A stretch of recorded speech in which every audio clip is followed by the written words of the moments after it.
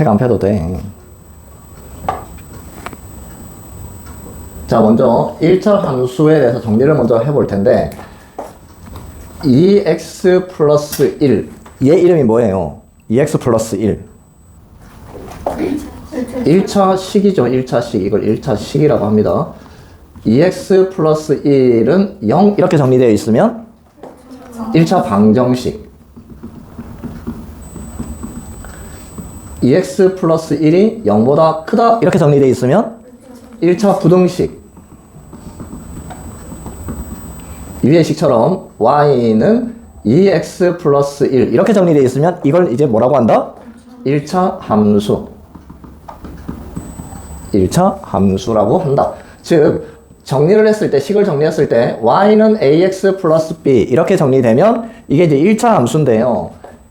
여기에서 y는 ax 플러스 b에서 이 a를 뭐라고 한다고 했어요? x 개수, 기울기. x 개수가 기울기. 여기 붙어 있는 b가 y 절편. y 절편. y 절편은 그래프가 있는데요. 그래프가 있을 때 그래프가 y축과 만나는 점이 있잖아요. 이 y축과 만나는 점의 y좌표 값. 그게 y절편. 그러면 그래프가 x축과 만나는 점의 x좌표 값. 그걸 뭐라고 한다? x절편. 만약에 여기가 0,5면 y절편이 얼마다? 5.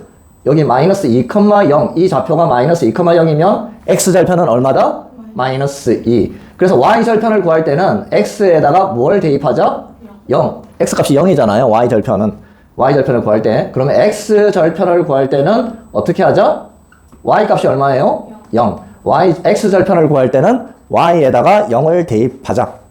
기울기가 뭐냐면 기울기는 x의 값의 증가량에 대한 y의 값의 증가량의 비율. 이게 기울기였잖아요. x의 값의 증가량에 대한 y의 값의 증가량의 비율. 이게 기울기인데 초등학교 6학년 때 배웠죠? 대한 붙어 있는 게 뭐뭐에 대한 붙어 있는 게 무슨 양?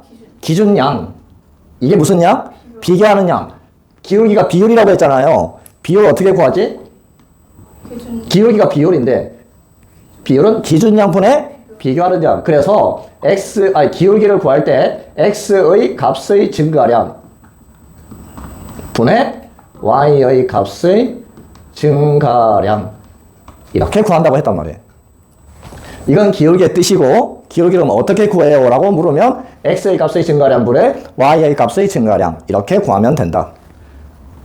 y는 2x-1이라는 1차 함수가 있을 때 x가 0이면 y 값이 얼마예요? 마이너스 1이고 x 값이 2면 2는 4-1이니까 3이잖아요? 그러면 0에서 얼마만큼 변해갔어요? 이만큼 증가했고 마이너스 1에서 3으로 갔으니까 4만큼 증가했죠? 기울기가 뭐였어요? x의 값의 증가량 이만큼 증가했잖아요. 그러니까 2에서 0을 빼고 y의 값의 증가량 3에서 마이너스 1을 빼고 계산을 해보면 이게 2분의 4니까 기울기는 이 x의 개수 이게 기울기다. x의 개수 이렇게 기울기를 구하면 됩니다.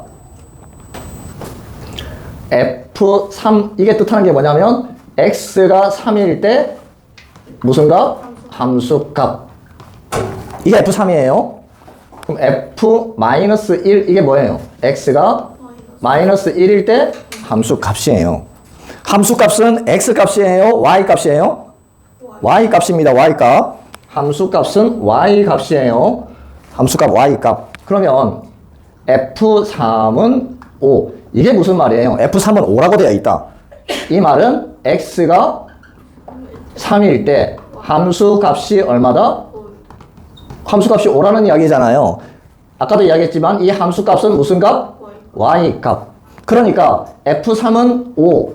이렇게 되어 있는 것을 좌표로 쓰면 어떻게 돼? 좌표로 쓰면 x가 3이니까 3,5 이렇게 쓸 수 있다. 그러니까 여러분들이 이걸 보고 3,5 이렇게 또 인식을 해야 됩니다.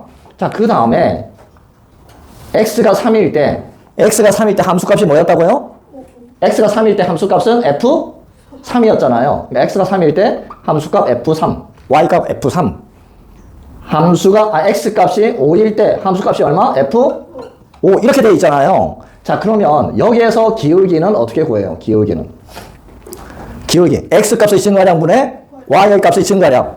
5에서 3을 빼면 되죠. 그 다음 f5에서 f3을 빼면 되죠. 그러니까 여러분들이 이 식을 보고 무엇이라고 인식을 해야 된다? 기울기라고 인식을 해야 됩니다. 이 식이 나오면 아, 기울기를 구하는 거구나. 이게 기울기구나 라고 여러분들이 인식을 해야 됩니다. 1차 함수의 이제 평행이동. 평행이동은 그래프 위에 있는 모든 점이 일정한 크기만큼 일정한 방향으로 이동한 것. 이게 평행이동이에요. 중학교 2학년에서는 평행이동은 y축 방향으로의 평행이동. 이것만 우리가 이제 생각을 해보는데 y 이꼴 2x라는 1차 함수가 있는데요. 이 그래프를 y축 방향으로 이만큼 평행이동한 식은 어떻게 된다고 했어요? y는 2x 플러스 2. y 값이 전체적으로 이만큼 위로 올라가면 돼요. 그러니까 2를 더해주면 돼요. 또 y는 2x를요. 이제 y는 마이너스 3x 해볼까요? y는 마이너스 3x라는 그래프가 있는데 y축 방향으로 마이너스 5만큼 평행이동한 1차 함수식은 어떻게 된다?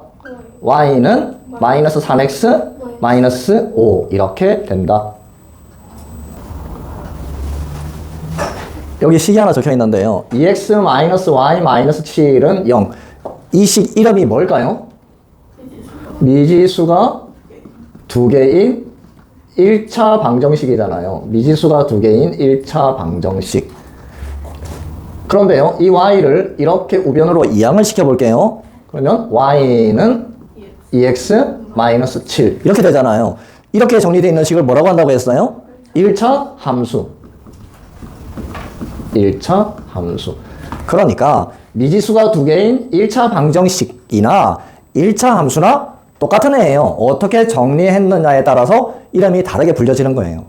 이 미지수가 두 개인 1차 방정식도 좌표 평면에 나타나면 어떻게 나타내진다?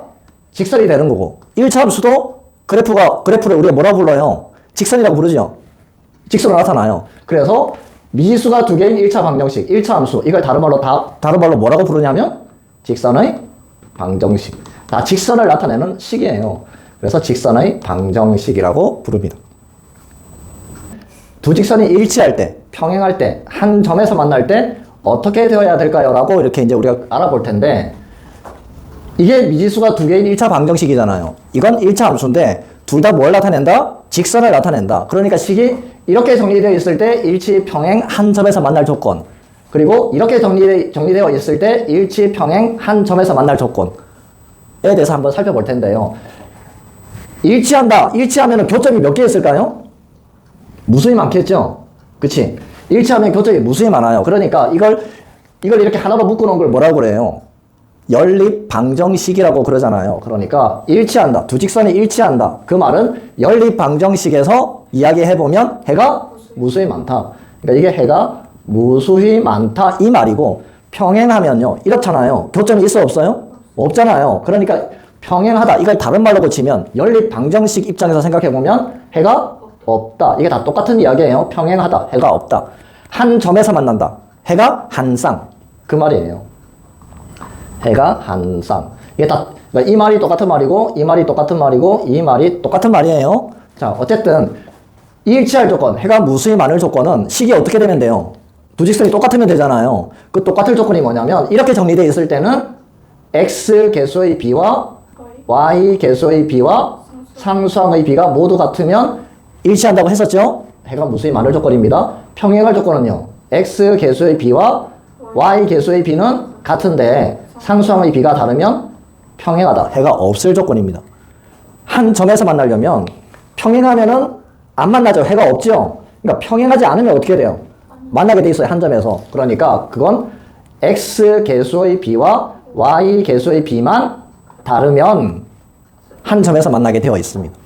그걸 이제 1차 함수 이 모양에서 어떻게 되느냐. 어쨌든 이 두 1차 함수가 일치한다는 이야기잖아요. 똑같다라는 이야기입니다. 그 말은 기울기도 똑같고 y 절편도 똑같으면 일치한다. 해가 무수히 많다. 이 말이고 평행할 조건은요. 기울기가 같으면 평행해요. 그런데 y 절편은 어떻게 돼야 된다? 달라야 평행합니다. 만날 조건은 뭘까요? 한 점에서 만날 조건은 평행하지 않으면 되잖아요. 평행하면 기울기가 같으면 되는데 한 점에서 만나려면 기울기가 다르면 돼요. 기울기만 다르면 돼요. 이렇게 되면 한 점에서 만나게 되어 있습니다. 그러니까 여러분들이 이렇게 되어 있는 식을 이렇게 되어 있을 때는 이걸 외우고 이렇게 되어 있을 때는 이걸 외워서 문제를 풀면 됩니다.